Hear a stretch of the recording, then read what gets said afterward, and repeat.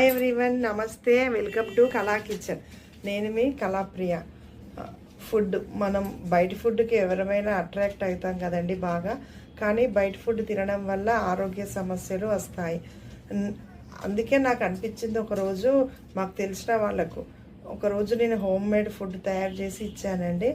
వాళ్ళు మంచి కాంప్లిమెంట్స్ ఇచ్చారు.